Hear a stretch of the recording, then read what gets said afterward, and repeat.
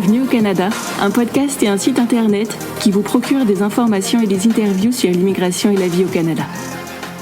Salut à vous, aventuriers du Nouveau Monde! Emma Charlin au micro, auteure, coach en mobilité internationale et podcasteuse.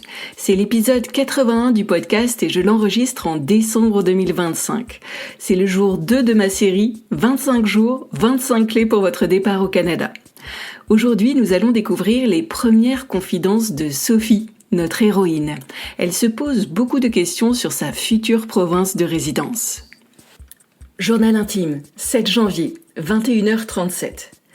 Hier soir, j'ai encore passé des heures sur YouTube à regarder des familles qui racontent leur vie à Montréal, Calgary ou Halifax. J'ai lu des blogs jusqu'à minuit passé. Et là, ce soir, je suis toujours au même point. Perdue, complètement perdue. Où va-t-on aller? Mais où? Chaque province a l'air géniale sur le papier. Mais dès que je creuse un peu, je vois les problèmes. Et j'ai tellement peur qu'on se plante. J'ai un gros coup de cœur pour le Québec, c'est sûr. En plus, c'est tellement logique. On parle français, on a les mêmes repères culturels. Ce serait plus simple pour nous intégrer, non? Mais est-ce que c'est vraiment ça ce que je veux? Juste rester dans ma zone de confort linguistique. Et puis, l'immigration au Québec, tout le monde dit que c'est un vrai parcours du combattant. Les délais qui n'en finissent plus, les dossiers hyper compliqués, les changements incessants. Est-ce qu'on va réussir à partir? Et si on part, est-ce qu'on va pouvoir rester? Ça me stresse rien que d'y penser.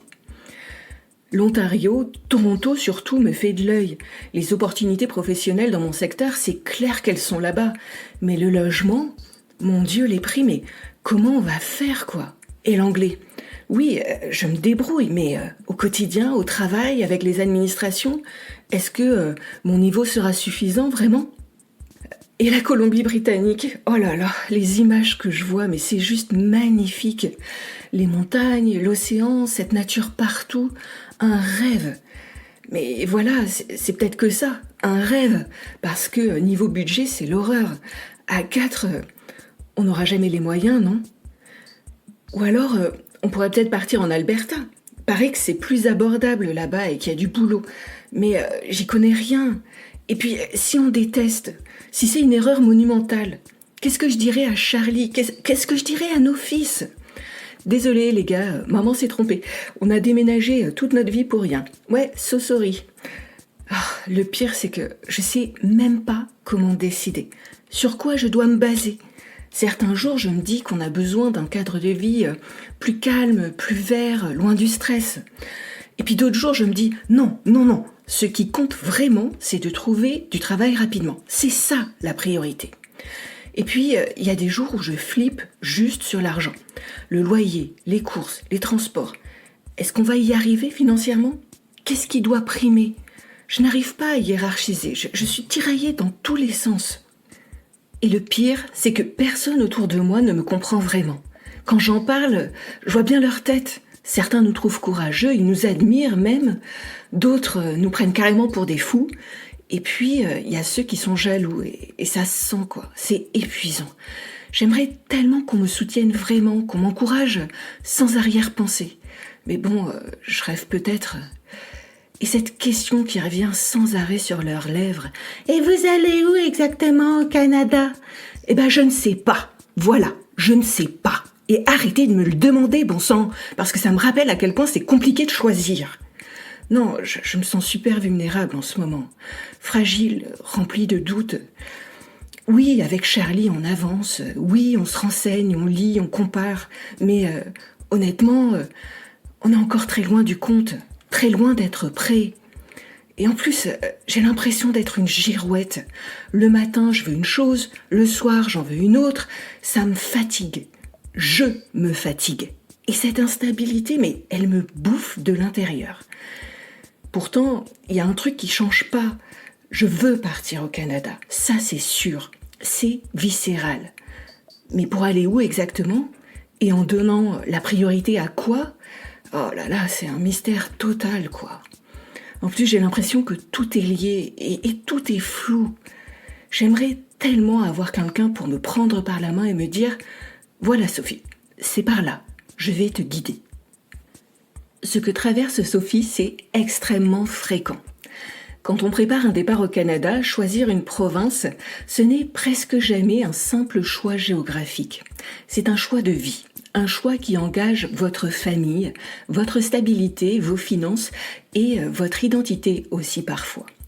Alors oui, se sentir perdu, tiraillé, dépassé par la quantité d'informations et d'incertitudes, c'est normal, parfaitement normal même.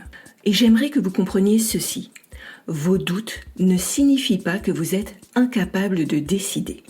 Ils prouvent que l'enjeu est important et que vous voulez faire les choses correctement. Maintenant, imaginez un instant.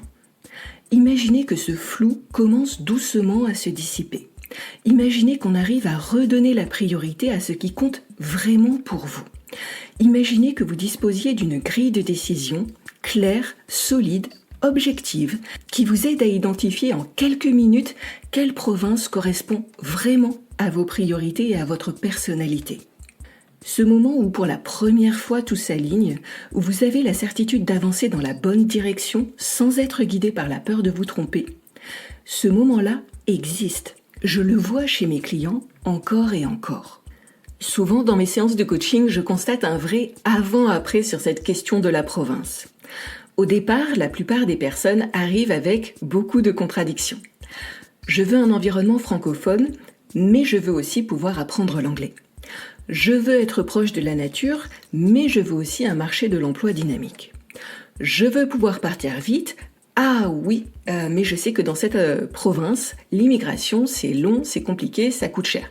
Mais bon quand même, je veux partir vite. Ça, c'est ce qui se passe avant nos séances. Un peu et même beaucoup de confusion. Puis je leur présente des éléments solides et concrets. Je compare avec eux les réalités du terrain.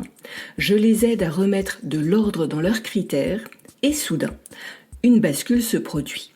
Les personnes que j'accompagne passent du brouillard à la clarté, de l'hésitation à la maîtrise, de la peur du regret à des choix alignés. Ce n'est pas de la magie. C'est une méthode, une structure, un cadre. Et c'est exactement ce que vous trouverez dans le premier module de mon programme d'accompagnement La Boussole. Je ne vous promets pas la meilleure province du Canada. Elle n'existe pas. Ce que je vous promets par contre, c'est de vous donner des éléments solides pour vous aider à prendre une décision éclairée, pour déterminer quelle province correspond réellement à votre projet, votre réalité, vos critères, votre vision. Ces choix sont complexes, les enjeux sont nombreux, mais vous n'avez pas à décider seul. Mon rôle, c'est justement de dénouer cette complexité avec vous. Et voilà, c'est terminé pour aujourd'hui. Votre cadeau, votre mini-guide pratique sur les 24 communautés francophones accueillantes au Canada est disponible jusqu'au 31 janvier 2026 inclus. Si vous souhaitez en savoir plus sur mon programme La Boussole, retrouvez-moi sur LinkedIn ou Instagram. Tous les liens se trouvent dans les notes de l'épisode. Et pour rappel, le tarif de mon programme d'accompagnement augmentera dès le 1er février.